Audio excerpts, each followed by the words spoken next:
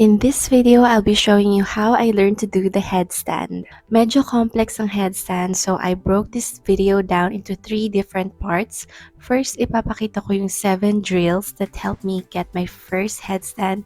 Second, ipapakita ko kung paano mismo yung breakdown ng headstand.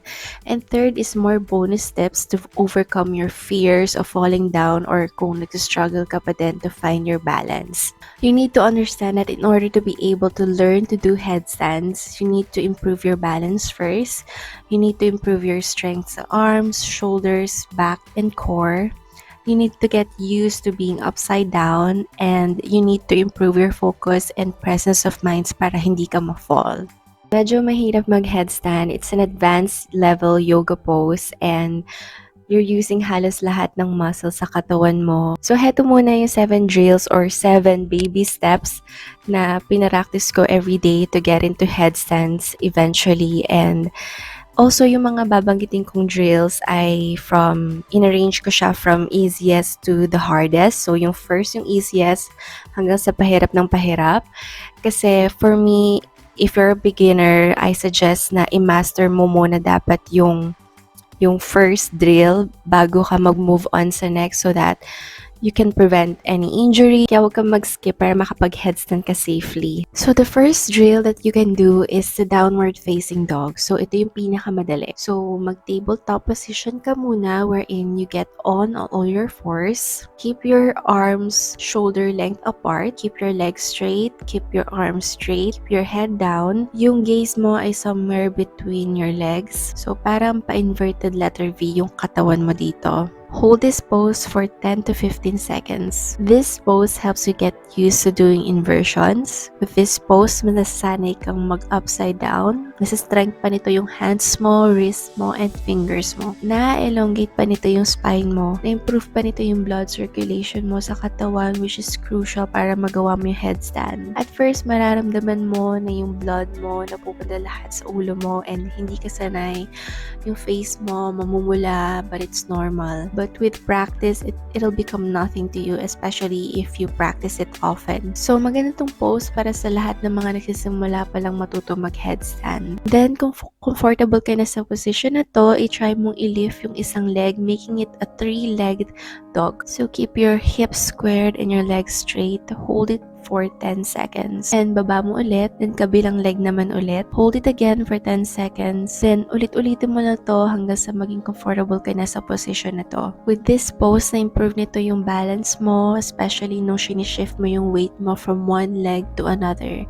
At the same time, strengthen nito yung hands, fingers, and wrist mo. This pose helps you build strength sa arms, sa shoulders, sa upper and lower back, sa core, sa hips, and hamstrings mo, which are also the muscles you need to be working on when you're doing the headstand. Then, kung comfortable ka na sa downward facing dog, the next pose that you can do is the dolphin pose. So, para tong downward facing dog, pero yung forearms mo yung nakalay sa ground instead of your palms. So, get on all your fours again like a tabletop position ulit, except this time naka-lean yung elbows mo sa floor.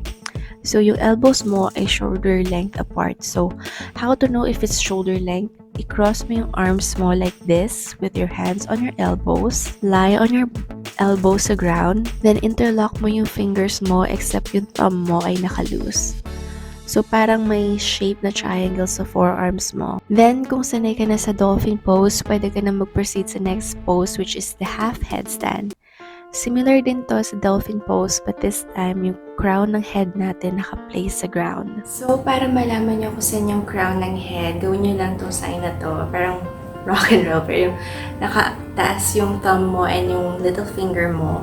And then, ilagay mo yung thumb mo sa gitna nung eyebrows mo, and then ganyanin mo siya, and then itong part na to, ito yung crown ng head mo. Tandaan mo tong spot na to kasi dito ka mag-headstand. Then yung sa forearms mo naman, so parang gawin mo to, parang naka-triangle siya, and then interlock mo yung fingers mo, except yung thumb mo is naka-loose siya, and then imagine na ito yung parang mat mo, tapos ito yung crown ng head mo, diba? So, nandito yung crown ng head, and then nakalapit yung forearm mo somewhere sa head mo.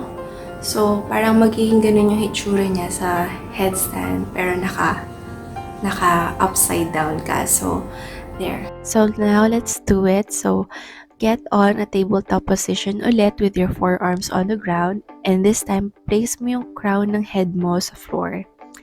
Put your forearms sa likod ng head mo, supporting the head. Then when you're ready, lift your knees up. Keep pressing sa shoulders, arms mo para wala masyadong weight sa head mo. Ulit-ulitin mo lang tong half headstand para masanay ka. Then, kung medyo comfortable ka na at second nature na sa'yo to, what I need you to do is slowly walk your feet near your upper body and slowly walk your feet away from your upper body. And then, ulit-ulitin mo lang to hanggang sa masanay na yung muscle memory mo to work towards your half headstand. So, in this drill, nabibuild up mo yung strength mo sa forearms mo and nasi-shift nito yung weight mo sa legs, sa head, and forearms mo. This way, na-improve nito yung balance. Plus, nasasanay ka na mag-upside down, so nakakatulong to para maging madali yung headstand. Then, kung medyo sanay ka na mag-half headstand, you can now proceed to the one-legged headstand. So, medyo pahirap na to. So, it's like a half headstand, but this time, nakataas na yung isang leg mo. So, mag-half headstand ka muna. Slowly, walk your feet near your upper body. And this time, lift mo yung isang leg mo. And kung kaya mong i-point yung top foot mo, go for it. Hold for at least 5 seconds. Then, baba mo na. Tapos ulit-ulitin mo lang yung salitan ng leg mga 100 times. The reason why you need to practice this is para magawa mo yung pag-tuck ng knees mo later on once na mag-headstand na talaga tayo. Nasasanay kang mag-shift ng weight, which is so important when doing a headstand. Kaya na-improve nito yung balance mo. Kaya like I said earlier, importante na i-master mo muna each pose until you're comfortable and confident enough to do a headstand. That's why in-arrange ko siya from the easiest to the hardest. If you find yourself na nahihirapan ka pa din dito, I suggest na to take a step back. Baka hindi mo pa na ma-master yung previous pose or previous drill, or you thought na master mo na, and just keep on practicing until you're confident enough. Then, kung okay ka na sa one-legged headstand, the next pose that you can do is the wall-supported tuck headstand. So, mas magiging mahirap na yung next drill. So, kailangan mo ng wall dito. So, first, mag-half headstand ka muna with your forearms near the wall, as in super lapit sa wall. You don't want to be far away sa wall, baka mahulog ka tapos mas masakit kapag tumama ka sa wall. Again, keep pressing your forearms mo so there's little weight sa head mo. Then tuck one knee, then bring it back. Then tuck another knee, then bring it back. Kung medyo sanay ka na sa drill na yon, try mo slowly i-tuck both knees at the same time for as long as you can. Practice this at least 100 times. May mga times na didikit yung back mo sa wall, so that means kung walang wall, nahulog ka na nun. But don't worry kasi may technique ako na ituturo ko mamaya to overcome your fear of falling from a headstand. Mas importante, masanay ka muna mag-tuck headstand until it becomes a muscle memory. Now, if comfortable ka na sa tuck headstand, try mo naman i-straighten yung leg mo. If nagagawa mo na tong pose na to nang hindi dumidikit sa wall yung back mo, then pwede ka na mag-move on sa next step, which is the headstand. But first, maglagay ka muna ng pillow para just in case bumagsak ka, may sasalo sa yung unan. So, i-place mo lang near your forearms, then do the same thing. Here's more bonus tips of finding your balance. Pwede mo muna i-try yung stag legs, or pwede rin yung wide-legged headstand. Mas madali to compared sa headstand with straight legs. Mas maganda din kung videohan mo yung sarili mo while doing this kasi you can't really see yourself while doing the headstand.